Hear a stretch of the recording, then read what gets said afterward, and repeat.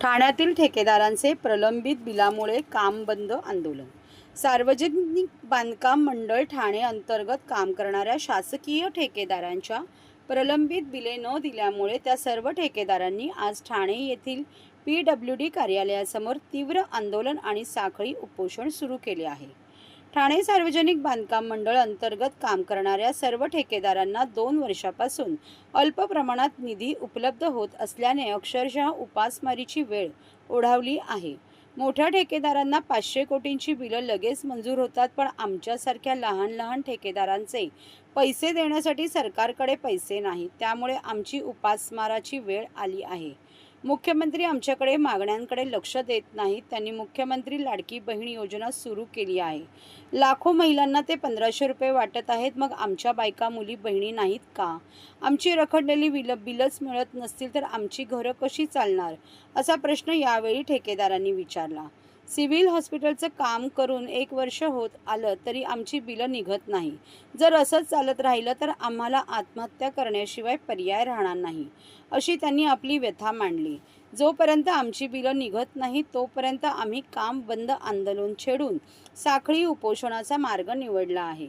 आज आम्ही सर्व ठेकेदार शासनाच्या या दिरंगाईला वैतागलो असून कुठलेही चालू काम करण्यास असमर्थ असून नवीन निविदाही भरण्यास असमर्थ आणि हतबल झालो आहोत। तसेच अधिकाऱ्यांची काही ठिकाणी तातडीची कामे करण्यासाठी सांगितलेल्या कामाचे जॉब देखील मंजूर केले जात नाहीत। अशा दुहेरी संकटात ठेकेदार सापडले आहेत।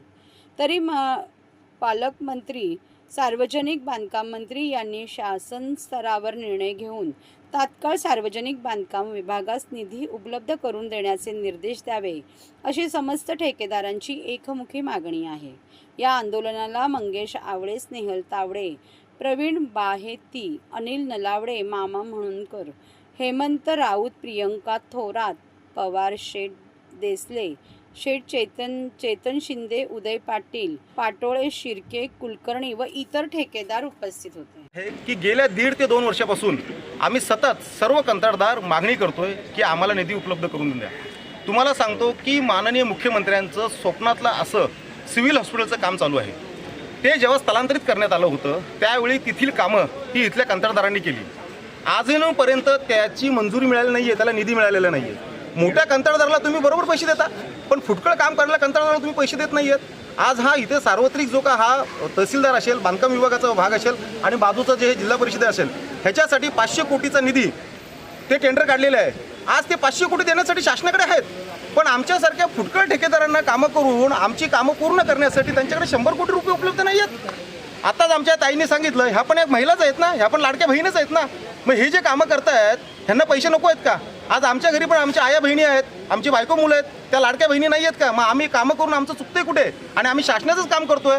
प्रत्येक वेळेला काम करत असताना आम्हाला सांगण्याचं तुम्हाला काम देऊ म्हणून। आणि सर्वात महत्त्वाची गोष्ट आहे की शासनाकडे जर पैसे नाही आहेत तर तुम्ही विकासाच्या कामाच्या नावाखाली टेंडर का काढताय? बंद करा ना ते टेंडर प्रक्रिया। कशासाठी टेंडर राबवताय? याचा अर्थ असा होतो की लोकांना फक्त दाखवायचं आहे की भरपूर विकास घडतोय, असं काही नाही आहे। जमिनीवरती विकास नाही आहे, कारण की यांच्याकडे पैसे देण्यासाठी शासनाकडे पैसेच नाही आहेत मुळामध्ये। मग आम्ही निवेदन दिलं होतं, तुम्हीच लोकांनी सगळ्यांनी आम्हाला ह्या बाबतीमध्ये जाहिरात देऊन आमचं म्हणजे खूप चांगल्या प्रशासनापर्यंत आमची तुमची पटवून दिली। त्यावेळेला आम्हाला सगळं निधी पाठवून देतो। अहो हसायला येतंय, फक्त 5 कोटीचा निधी, 130 कोटीची बिलं देयक बाकी असताना तुम्ही 5 कोटीचा निधी पाठवताय। आणि ते 5 कोटीचे निधी इथे आल्यानंतर आम्हाला 2 लाख, कोणाला 3 लाख, कोणाला 5 लाख, कुठल्या हिशोबाने आम्ही पैसे घ्यायचे? आणि आम्ही आमचे जे पुरवठादार आहेत आणि आमचे जे लेबर कॉन्ट्रॅक्टर काम करणार आहेत त्यांना कुठून पैसे देणार आम्ही? म्हणजे आम्ही कर्ज काढायचे, आमचे बँकेचे हप्ते भरायचे। आम्हाला तर भीती वाटायला लागली आहे की जसे शेतकरी आत्महत्या करतात तशा प्रकारच्या आत्महत्या आता कंत्राटदारांना करायला लागतात की काय? आणि हे सरकार हे मूक गिळून हे गप्पा बसून ऐकणार आहेत का? काम आहे बघा, 29 तारखेपासून आज आम्ही अजेंडा दिलेला आहे। 29/8/2024 पासून आम्ही काम बंद आंदोलन करतोय। ह्याच्यामध्ये दुसरी मी ह्याच्यातनं मागणी करतोय बांधकाम विभागाच्या अधिकाऱ्यांना।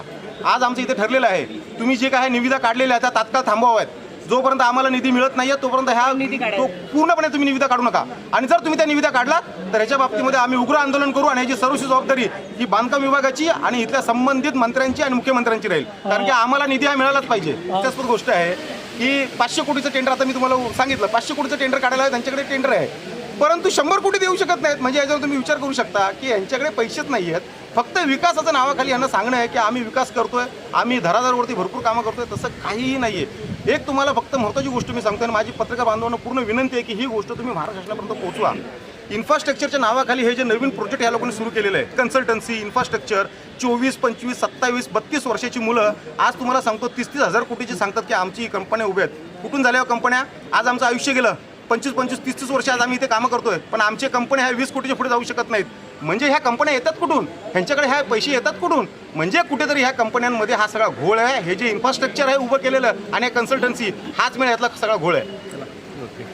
निधी आमच्या हक्काचा, निधी आमच्या हक्काचा.